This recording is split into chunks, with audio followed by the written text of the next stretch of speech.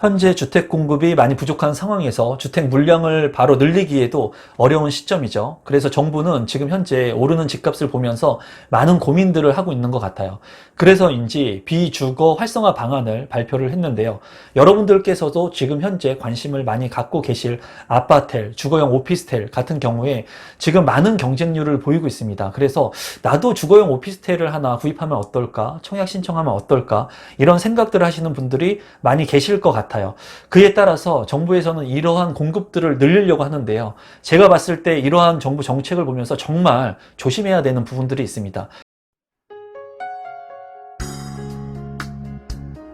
임성배 TV 보는가 댄데크 지금 보시는 것은 한국경제의 기사인데요. 제목 같은 경우에 투기 우려에도 오피스텔 공급을 늘리자 중대형의 바닥 난방을 허용하겠다라고 하는 기사입니다. 최근에 제가 올린 영상들을 보면은 이제 내 집 마련 한 채가 꼭 필요하다고 말씀을 드렸고 누누이, 그리고 그 한 채가 꼭 아파트일 필요성은 없다는 얘기를 최근에 제가 드렸습니다. 그 이유는 아파트의 경쟁률이 너무나 치열하고 가격이 너무나 많이 올랐기 때문에 상대적으로 저렴하면서 주거지를 대체할 수 있는 상품이 있다면 그거 역시 뭐 빌라가 됐던 오피스텔이 됐던 내 집 마련의 한 채가 될 수 있다는 말씀을 드렸어요. 그런데 최근에는 이제 오피스텔의 공급을 늘리려고 하면서 이제 이러한 오피스텔, 아파텔에도 관심을 갖고 계시는 분들이 점점 늘어나고 있고, 저 역시도 이러한 아파텔 같은 경우에 핵심적인 입지의 아파텔, 그러니까 아파트의 주거지를 대체할 수 있는 이런 상품이라면 관심을 좀 갖고 보셔도 되겠다라는 의견을 조심스럽게 여러분들한테 드렸습니다. 그런데 이제 최근에 정부에서 부동산 시장 점검 관계장관 회의에서 이러한 오피스텔 공급을 늘리겠다 하는 기사를 냈어요. 그리고 이러한 정부 지침을 발표를 했습니다. 이런 것들을 보면서 우리 구독자분들이 그런 생각을, 좀 위험한 생각을 할 수 있을 것 같아가지고 오늘 영상을 찍는 건데요. 임성배 TV를 보면서도 오피스텔에 대한 그런 반감이 있었는데, 아파텔이라고 하는 방 3개의 형태를 가지고 있다면 좀 괜찮다고 얘기를 했으니까 나도 그러면 이 아파텔에 투자를 하면 어떨까? 아파텔을 내가 사면 어떨까? 이러한 생각을 갖고 계신 분들이 아마 계실 수도 있다고 생각이 들어요. 예전에는 오피스텔 같은 경우에는 무조건 투자하면 안 돼, 사면 안 돼, 이런 생각을 가졌다가 제 채널을 오랫동안 보신 분들이라면 제 진정성을 믿을 거라고 생각을 합니다. 그래서 제 채널을 보면서 임성배 TV에서 오피스텔이나 아파텔 같은 경우에 괜찮다고 하니까 좀 관심을 갖고 봤는데, 때마침 이렇게 정부에서도 오피스텔의 공급을 늘린다고 하니 내가 이 물량들을 좀 관심 있게 또 보고, 이 물량들을 내가 매입하면 어떨까, 이거를 내 집 마련의 하나의 수단으로 생각하면 어떨까 하는 생각을 하시는 분들이 있을 것 같아가지고 제가 오늘 영상을 찍는데, 결론적으로 말씀을 드리면 조심해야 된다는 말씀을 좀 드리고 싶어요. 그 이유에 대해서 좀 설명을 해볼까 하는데요. 우선은 아파텔 같은 경우에 역세권의 아파텔, 그러니까 오피스텔이지만 역세권의 역의 도보로 근접할 수 있는 아파텔 같은 경우에는 그래도 리스크가 적습니다. 또한 대규모의 아파텔 같은 경우에는 그래도 체계적으로 지어지기 때문에 아파트와 유사한 그러한 그 희소 가치를 가질 수가 있어요. 하지만 지금 현재 이 오피스텔 공급을 늘리는 그 확대 방안을 발표를 한 부분을 보면은 일단은 그 오피스텔의 바닥 난방을 120제곱미터로 확대한다. 그리고 전용 8호제곱미터의 아파트를 대체할 수 있는 상품들을 내놓겠다. 그러니까 지금은 그렇게 큰 아파텔이 없었습니다. 많지 않았는데 이제는 주거를 아예 대체할 수 있는 전용 85제곱미터면 이제 34평형, 33평형의 아파트의 규모가 되겠죠. 그러한 면적까지도 이제 공급을 하겠다는 것을 발표를 했고요. 그리고 원룸형 도시형 생활주택 같은 경우에 이제 규모를 늘리겠다는 거예요. 예전에 오피스텔이나 원룸 같은 경우에 투자 가치가 있었던 것은 역세권에 있는 원룸이나 오피스텔에 투자 가치가 있었죠. 지금도 마찬가지지만, 그런데 원룸이기 때문에 가격 상승 여력이 굉장히 낮았다는 겁니다. 그래서 제가 오피스텔 같은 경우, 그리고 원룸 같은 경우에도 저도 이제 오피스텔 그 원룸형에 투자를 해봤지만은 최근의 트렌드는 원룸형의 오피스텔이나 원룸형의 도시형 생활주택 같은 경우에는 지금 같은 경우에 가격 상승력이 그렇게 드라마틱하게 많이 오르는 경우는 많지가 않습니다. 최근에 투기과열 지구에 있는 그런 오피스텔 같은 경우에도 역세권의 위치에 있는데도 불구하고 원룸의 형태에 있는 이런 오피스텔 같은 경우에는 사람들이 많이 선호하지 않는다는 거예요. 그래서 물론 그 상품에 따라서 물론 일률적으로 그 원룸의 가격이 낮아졌다 이런 부분을 얘기하는 얘기하는 건 아니지만 통상적으로 얘기하는 겁니다. 이런 말씀을 드리면 어디에 원룸은 가격이 많이 올랐는데요? 이런 얘기를 하시는 분들이 있어요.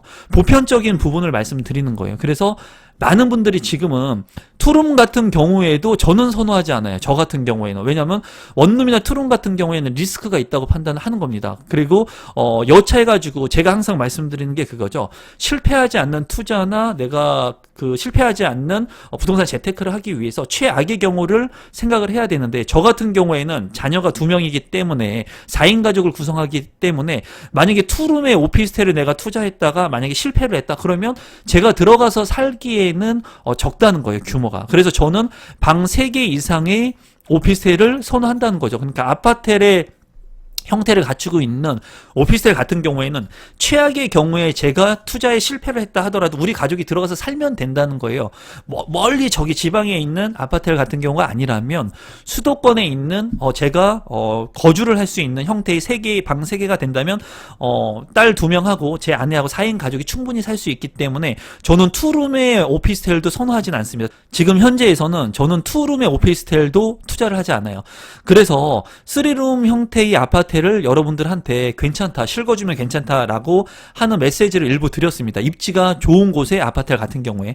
그런데 지금 현재 정부에서 이러한 많은 사람들의 의지 또는 이러한 심리를 알고 있는지, 그리고 이거를 보자마자 제가 느낀 건 그거예요. 지금 오피스텔 공급을 늘린다고 하는 것이 아파트의 공급을 확대하기에는 쉽지가 않다는 거예요. 왜냐하면 아파트 같은 경우에는 그런 대규모의 부지를 찾기도 쉽지가 않고, 그런 부지가 이 핵심적인 지역의 입지에 찾기 쉽지 않을 뿐만 아니라 만약에 외곽 지역에 그런 대규모의 입지를 선정한다 하면은 교통 여건이 수반돼야 되거든요. 그런데 그런 교통 여건을 수반하기에는 시간이 많이 걸린다는 거예요. 그래서 정부에서는 이제 소규모의 오피스텔 같은 경우에 이러한 전용 면적 방 3개 이상의 확대해가지고 많은 사람들이 아파트를 대체할 수 있는 상품들을 늘리려고 하는 그런 방안을 발표를 했고, 원룸 같은 경우에도 좀 규모를 늘리겠다고 발표를 했습니다. 그래서 어떤 부분들을 정부에서 확대하려고 하는지 좀 살펴보고 난 후에 제가 이제 이런 기사들이나 이런 정부 정책들을 보면서 여러분들께서 조심해야 되는 부분들이 뭔지 다시 한번 설명을 드려보겠습니다. 이제 국토부에서 발표한 자료를 보면은 이제 3, 4인 가구형 오피스텔이 나온다고 해요. 그래서 제가 말씀드린 대로 만약에 여러분들께서 실거주를 할 수 있는 오피스텔, 아파트 같은 경우에 그래도 내 집 마련 한 채가 오피스텔로 대처될 수 있기 때문에 실거주 한 채가 가능하다면 리스크가 적다고 말씀을 드렸어요. 다만 이런 부분에서 조심해야 될 부분들이 있는데, 그런 부분들이 뭐냐면 일단은 역세권이면 좋고요. 그리고 체계적으로 개발이 이루어지는 대규모의 오피스텔, 아파트일 경우에 리스크를 최소화할 수가 있습니다.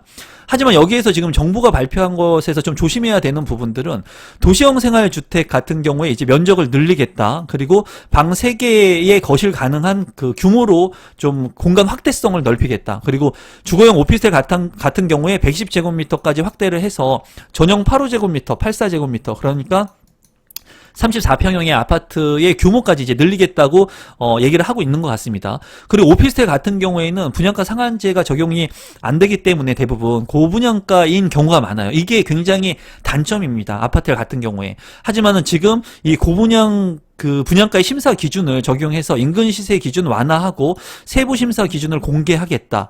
그리고 분양가 같은 경우에 조금 내려서 보면은 분양가 같은 경우에 이제 분양가 상한제, 심의 기준을 구체화해서 이제 이런 부분을 해소하겠다. 아파트와 오피스텔이 같이 있는 분양 현장에서 아파트 같은 경우에는 분양가 상한제의 적용을 받아가지고 가격이 굉장히 낮지만 오피스텔 같은 경우에는 분양가 상한제를 적용을 안 받아서 굉장히 가격이 높은 그런 부분들이 많거든요. 이런 부분들을 봤을 때 동일 입지에, 동일 수급권의 입지에 있으면서 또 아파트가 투자 가치가 훨씬 좋고 커뮤니티의 강점, 지분의 강점 이런 것들이 있는데도 불구하고 오피스텔의 가격이 높은 것들을 보면서 아마 실수요자 분들 같은 경우에는 이런 오피스텔에 관심을 많이 안 가졌던 게 사실이에요. 그렇기 때문에 이런 아파트와 오피스텔이 같이 만약에 분양을 하게 되면은 아파트에는 많은 사람들이 관심을 갖지만 오피스텔은 가격이 높기 때문에 이 오피스텔을 선택을 안 합니다. 그러면 투자자들이 이 오피스텔을 선택을 했다는 거예요. 왜냐하면 청약통장이 필요 없고 무작위로 추첨이 가능하고 하다 보니까는 투자자분들이 이 핵심적인 입지에 있는 아파트는 어차피 청약을 못하니까 오피스텔을 선점을 했는데, 이렇게 해서 가져간 이 오피스텔의 가격이 이제는 시간이 지나면서 부동산은 시간을 사는 것이기 때문에 전체적으로 아파트 가격 가격도 오르고 오피스텔 가격도 오르면서 이 오피스텔의 가격 상승분을 누가 가져갔느냐? 투자자분들이 가져가고 있다는 거예요. 근데 이런 트렌드가 변화된 것은 그렇게 오래되지 않았습니다. 오피스텔 같은 경우에 3룸을 대체할 수 있는 상품들이 관심을 갖게 된 것은 지금같이 부동산 시장이 불장이라고 하죠.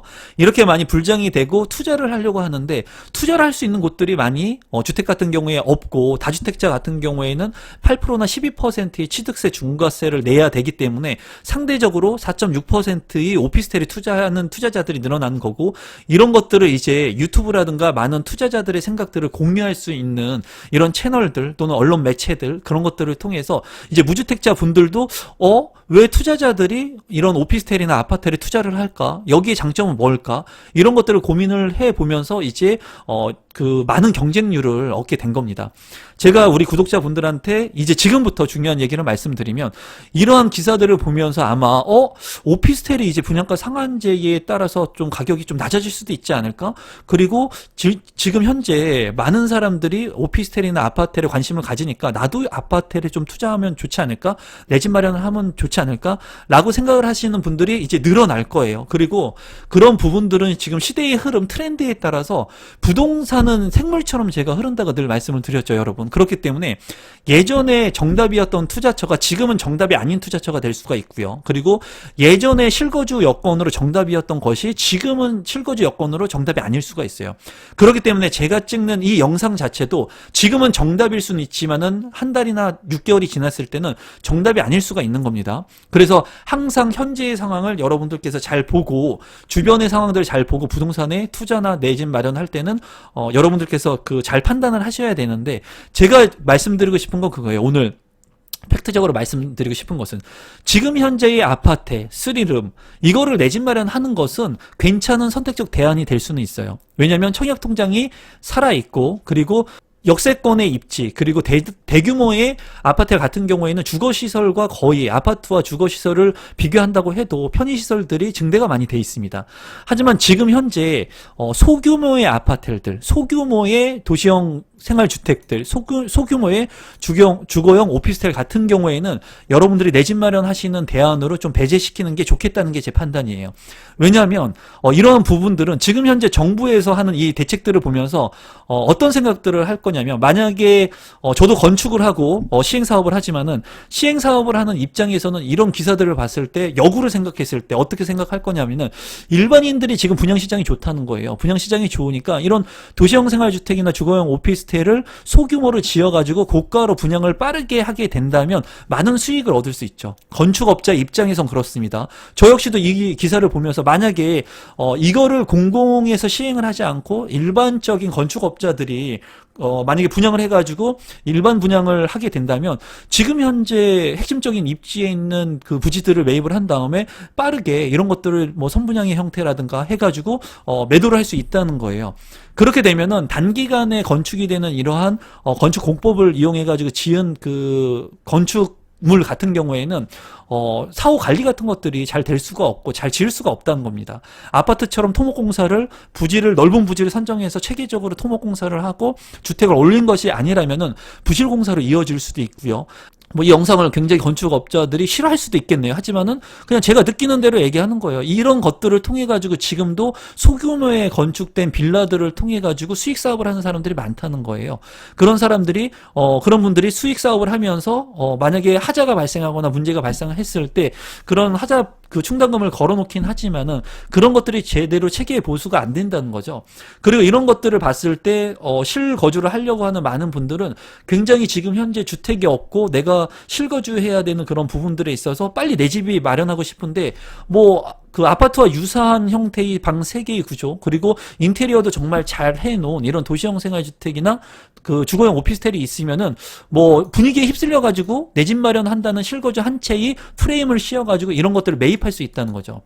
그래서 지금 이 기사를 봤을 때는 제가 두 가지 측면으로 생각을 해봤습니다. 건축업자의 입장에서 이게 공공에서만 시행하는 것이 아니라 민간에서도 만약에 일반 건축업자들이 이런 것들을 할 수 있으면 지금도 하고 있습니다. 하고 있으면은 이런 것들이 오히려 수익 사업을 하는 데는 더 좋을 것으로 생각이 들고 물론 잘 지어서 잘 분양하는 건축업자들도 많이 있어요. 훌륭하신 분들도 많이 있습니다. 마진을 많이 남기지 않고. 하지만은 돈을 많이 벌기 위해서 날림으로 공사를 하는 분들도 있다는 거예요. 그런 것들을 일반 사람들이 보고 구별을 할 수가 없는 거죠. 어떤 건축업자가 정말 이 그 주거용 오피스텔, 도시형 생활주택을 잘 짓는지 그런 것들을 확인할 수 있는 방법이 많지가 않다는 거예요. 그래서 건축업을 하는, 시행사업을 하는 제 입장에서 한번 생각을 해봤을 때는 이게 수익사업의 모델로서 빠르게 진입할 수 있겠다라는 생각을 첫 번째 해봤고, 그리고 두 번째로 우리 구독자분들을 생각해서 제가 얘기를 해본다면 이러한 물량들이 나왔을 때 여러분들께서 조급해가지고 빠르게 매입을 하거나 하지 마시라는 거예요. 그리고 지금 이런 것들은 정부 정책이 단편적으로 지금 현재 주택 공급이 부족하기 때문에 이런 것들을 이제 해소하기 위해서 단편적으로 이제 나오는 일시적인 그런 방안들입니다. 이런 일시적인 정부 정책에 따라서 내가 실거주에 주택할 것을 매입을 한다거나 선택한다거나 투자하는 것은 별로 바람직하지 않아요. 그래서 우리 구독자분들께서 주거용 오피스텔에 대한 부분들, 그러니까 제 채널이 지금 이제 좀 성장을 하면서 약간 전환점에 있는 것 같아요. 그러니까 어떻게 보면은 무주택자 분들한테만 도움을 드릴 수 있는 아파트 청약 같은 경우에는 그 공정성이 있기 때문에 그런 부분들에 대해서 제가 많이 말씀을 드렸지만, 지금 이제 주거용의 트렌드가 바뀌고 청약의 경쟁률이 치열해지면서 이제 주거용 오피스텔, 아파트에 대한 부분을 다루다 보니까 이런 기사들이나 이런 정부 정책들도 제 눈에 띄고 이런 것들도 이제 여러분들한테 좀 말씀을 드려야 될 것 같다는 생각이 듭니다. 그리고 여전히 지금 1주택자 분인데도 불구하고 청약을 통해서 내 집 마련을 하신 분인데도 불구하고 제 채널들을 이제 여전히 그냥 믿고 봐주시는 분들이 있거든요. 그런 분들한테는 제가 1주택 이외에 이제 투자에 정말 올바른 부동산 재테크를 할 수 있는 마인드라든가 그러한 방법들을 알려드려야 되지 않을까, 그런 생각이 들고, 제가 하는 방법들도 여러분들한테 좀 알려드릴 수 있는 부분들은 알려드리면 어떨까 하는 생각들을 하고 있어요. 이런 부분들이 특이성으로 보여줄 수 있지 않을까 생각을 해서 조금 조심스러운 부분들이 계속 있기는 있습니다. 그래서 마지막으로 정리를 해서 여러분들한테 말씀을 드리면, 지금 현재 급해가지고 이러한 그 기사들을 보면서 또는 이러한 국토부의 자료들을 보면서 야, 이제는 주거용 오피스텔 이제 많이 확대된다니까 이런 물량들 괜찮은 거 내가 이제 나오면 빨리 사야 되겠다 라고 생각할 수 있지만은, 이런 물량들을 봤을 때 대규모가 아닌 물량들은 피하시는 게 좋다는 게 제 생각이에요. 이제 소규모의 물량들이 많이 나오게 될 겁니다. 소규모의 물량들이 나올 텐데, 만약에 소규모의 물량들이 나왔을 때 소규모 단지 같은 경우에는 무조건 역세권으로 철저하게 여러분들이 들어가셔야 되고, 그리고 만약에 소규모의 물량들이 나왔을 때는 저는 그렇게 추천해 드리진 않을 것 같아요. 그래서 이런 부분들이 나왔을 때 아마 소규모로 많이 공급이 될 거거든요. 일시적으로 공급이 되고 아마 소화들이 많이 될 겁니다. 하지만은 추후에 이 공사에 대한 부분들, 그리고 이러한 단점적인 부분들이 아마 드러나게 될 것이라고 보여져요. 대신에 대규모의 아파트, 다시 한번 말씀드리지만 대규모의 아파트이라든가 아니면 역세권의 대규모의 아파트, 브랜드의 아파트, 그리고 여러분들이 직주 근접을 할 수 있는 실거주의 아파트, 이런 것들은 내가 만약에 조금 다소 비싸다 하더라도 추후에 비과세를 받으면서 여러분들이 자산을 증식할 수 있는 하나의 대안이 될 수 있거든요. 이런 부분들은 제가 앞으로도 이런 물량들 말고 다른 물량들도 다룰 수 있거나 아니면 다른 올바른 재테크가 될 수 있는 부분들도 제가 여러분들한테 말씀드릴 수 있으면 말씀드려 보도록 하겠습니다. 오늘도 여전히 마지막까지 믿고 봐주시는 구독자분들한테 진심으로 감사드리고요. 제가 살면서 늘 그랬던 것처럼 앞으로 부족하겠지만 진정성 있는 영상들, 제 이름을 걸고 하는 방송이기 때문에 제가 10년 후, 20년 후에도 제 이름을 걸고 제가 봤을 때 떳떳한 그런 방송, 거짓없는 방송을 여러분들한테 하도록 하겠습니다. 제가 이런 영상을 찍는다고 제 말이 모두 정답이 아닙니다, 여러분. 그냥 임성배라고 하는 사람은 이렇게 생각하는구나 라는 정도로 봐주시면 좋을 것 같아요. 오늘도 마지막까지 시청해 주셔서 진심으로 감사드립니다. 오늘 영상은 이것으로 마무리 짓도록 하겠습니다. 고맙습니다, 여러분.